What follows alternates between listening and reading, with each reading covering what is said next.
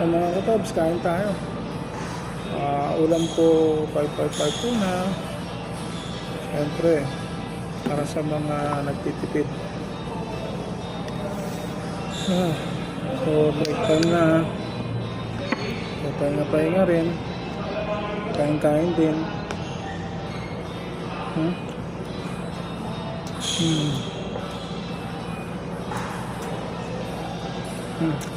Ninatira ko isang maling kagabi, ulam ko na. Hinahon ko na rin.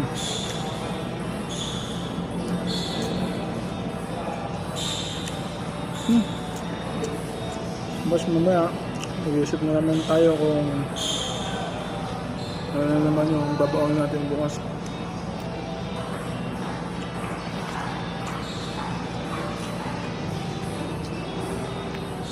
Kaya natin magtipid yan. Kaya makabayad tayo sa mga utang.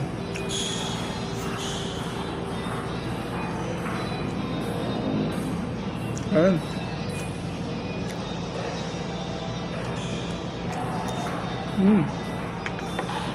Sarap. Kapag tuna, baka naman.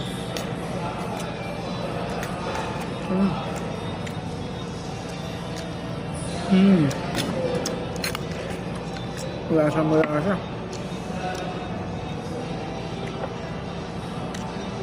Ito mga katabs.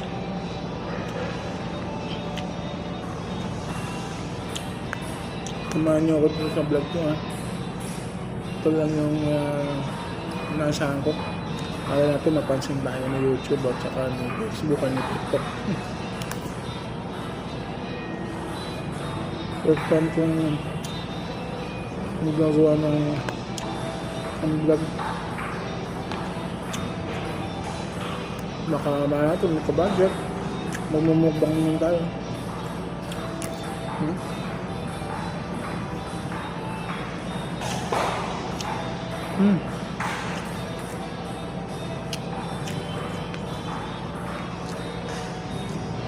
So, break time. Naisip ko mag-fried egg bukas, yung may kamatis.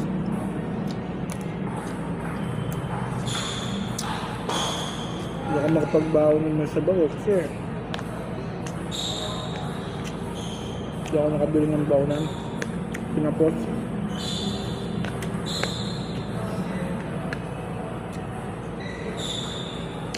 Doon na nagpipaya na siya.